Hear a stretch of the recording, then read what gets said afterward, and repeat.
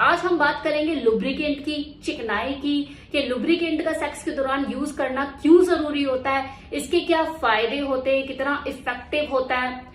अगर lubricant available ना हो, मजा बना हुआ है, तो उस वक्त हम इमरजेंसी में वैसलीन या सलाइवा क्या इसका यूज कर सकते हैं? इससे कोई नुकसान तो नहीं होगा?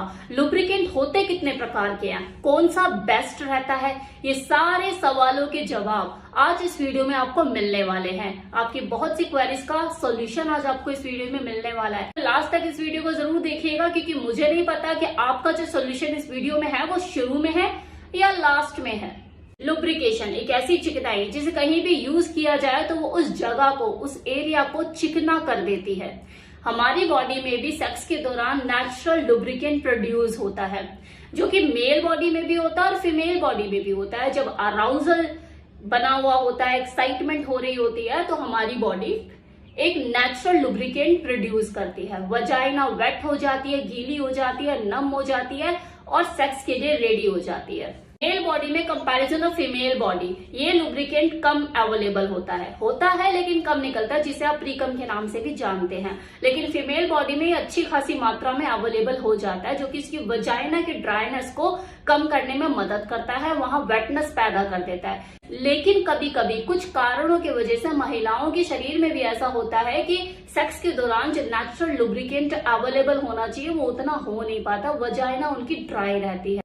हो सकता है कि किसी फीमेल की मेडिकेशन चल रही हो और उसकी दवाइयों के सेवन की वजह से उसकी जो वजाइना है वो ड्राई रहने लग गई हो, उसमें इतना नेचुरल लुब्रिकेंट अवेलेबल ना हो पाता हो। लेकिन ये टेम्परेरी टाइम तक होता है और जैसे उसका वो कोर्स पूरा हो जाता है वो फिर से जो लुब्रिकेंट है वो अवेलेबल होने लग जाता है और ड्राइनेस की समस्या अपने आप ही खत्म हो जाती है। प्रेगनेंसी के टाइम पर भी और आफ्टर डिलीवरी किसी फीमेल बॉडी में होने वाले हार्मोनल चेंजेस भी जिम्मेवार होते हैं कि उसकी जो वजाइना है वो टेम्परेरी टाइम के लिए ड्राई रहने लग जाती है। और ये जो हर महीने होने वाले मेंस्ट्रुएशन साइकिल, इसे आप कैसे भूल सकते हो?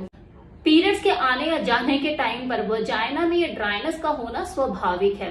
मेनोपॉज का अगर दौर चल रहा है या मेनोपॉज से कोई फीमेल अपना निकल चुकी है तो उस वक्त तो फिर जो वजाइना है वो ड्राई रहने ही लग जाती है। अब ये जो सारी स्थितियां मैंने आपको बताई, इसमें अगर आपको सेक्स करने का मन कर रहा है या आप करना चाहते हैं लेकिन नेचुरल लुब्रिकेंट अवेलेबल नहीं है, तो आप सेक्स नहीं करोगे, लेकिन वहां की स्मूथनेस को बढ़ाने के लिए, वहां की फ्लेक्सिबिलिटी को बढ़ाने के लिए, अपने प्लेजर को बढ़ाने के लिए लुब्रिकेशन जो कि मार्केट से मिलते हैं इज द बेस्ट सॉल्यूशन। यह आपकी वजाइना की स्किन को हेल्दी रखता है, मॉइस्ट रखता है, वहां पे वेटनेस को बढ़ाता है, जिसकी वजह से आपका जो प्लेजर है वो भी एनहांस होता है। अब मार्केट में 3 तरह के लुब्रिकेशन अवेलेबल है, वाटर बेस्ड, ऑयल बेस्ड और silicon based. Which is best, इसका चुनाव आप कैसे करें?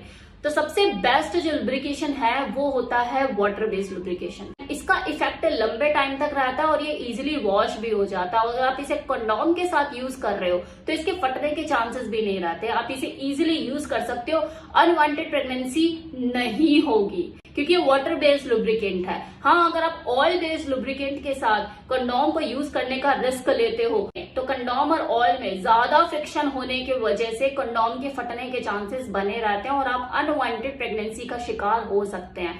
तो ऑयल बेस्ड लुब्रिकेंट से बचें, इसे अवॉइड करें, वाटर बेस्ड लुब्रिकेंट ही हमेशा यूज करें। और वैसे भी हर लुब्रिकेशन का अपना खुद का एक पर्पस होता है। ऑयल बेस्ड लुब्रिकेशन हमेशा शॉवर सेक्स अगर आप कर रहे हो या आप बीच पे हो और आपका मन कर गया सेक्स करने का, तो वहां पे ऑयल बेस्ड लुब्रिकेशन का यूज किया जाता है, क्योंकि वाटर बेस्ड लुब्रिकेंट आप यूज करोगे तो वो टिकेगा नहीं ना, वॉश हो जाएगा, इसलिए वहां पे ऑयल बेस्ड लुब्रिकेशन का ही यूज किया जाता है।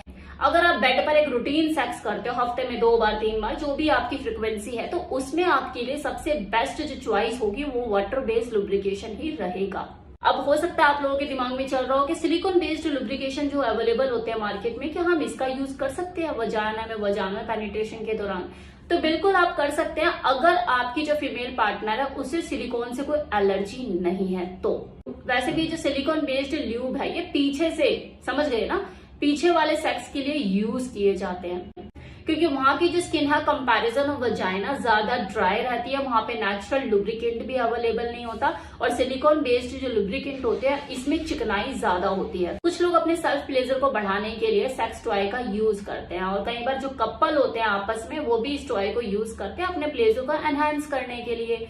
मैक्सिमम जो सेक्स टॉय होते हैं वो सिलिकॉन बेस्ड मटेरियल के बने होते हैं, तो उनके साथ अगर आप सिलिकॉन बेस्ड लुब्रिकेशन यूज करते हो, उसे अप्लाई करके आप कुछ भी प्ले करते हो, तो वो करना बंद कीजिए, आप वाटर बेस्ड लुब्रिकेंट ही यूज करें। क्यों?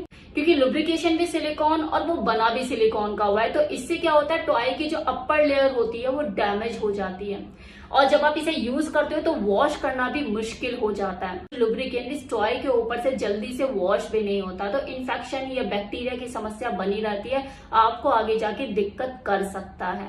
तो वाटर बेस्ड लुब्रिकेंट का ही यूज करें अगर आप सेक्स टॉय का यूज कर रहे हो।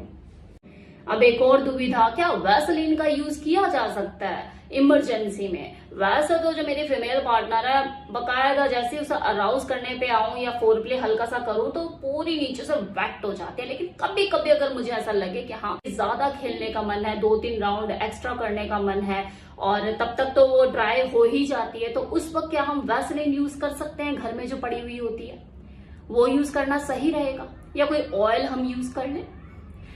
तो जैसे कि मैंने आपको बताया कि वजाइना का अपना एक पीएच लेवल होता है। जो इंटीमेट वॉश आते हैं ना, ये जो साबुन हम घर में यूज करते हैं, उससे भी उसका जो पीएच लेवल है वो डिस्टर्ब हो सकता है।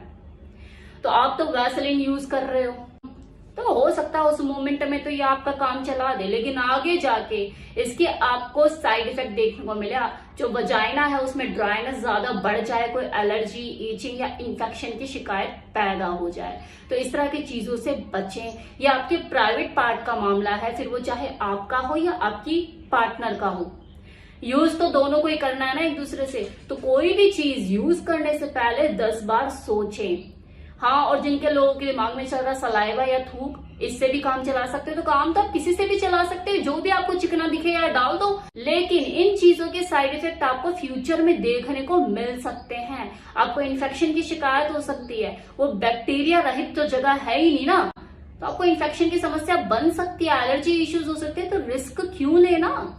क्यों वजाइना को टिश्यू पेपर समझ के, कॉटन का कपड़ा समझ के खींचातानी कर रहे हो भाई, जब ऑलरेडी लुब्रिकेशन मार्केट में अवेलेबल है जो इसी पर्पस के लिए बनाए गए हैं, आपके प्लेजर को एनहांस करने के लिए। यार 3 राउंड खेलने, 4 राउंड खेलने, नेचुरल लुब्रिकेंट अवेलेबल नहीं हो पा रहा है, दूसरे तीसरे राउंड में उसकी जो क्षमता है कम हो गई है, इतनी अवेलेबिलिटी नहीं है, तो मार्केट में ये जो आर्टिफिशियल लुब्रिकेशन है ये बनाए इसलिए है, अवेलेबल ही इसलिए है, आपकी प्रॉब्लम का सोल्यूशन है, तो मत करो खींचातानी वजाइना के साथ।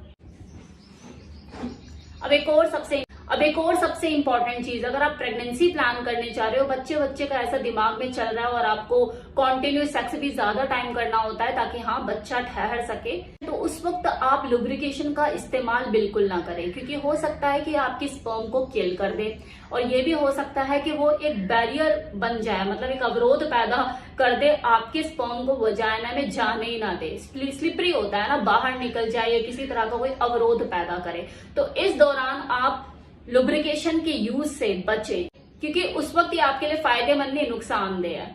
तो ये था आज का वीडियो, उम्मीद करती हूँ आपको ये इन्फॉर्मेटिव लगी होगी। Thank you so much.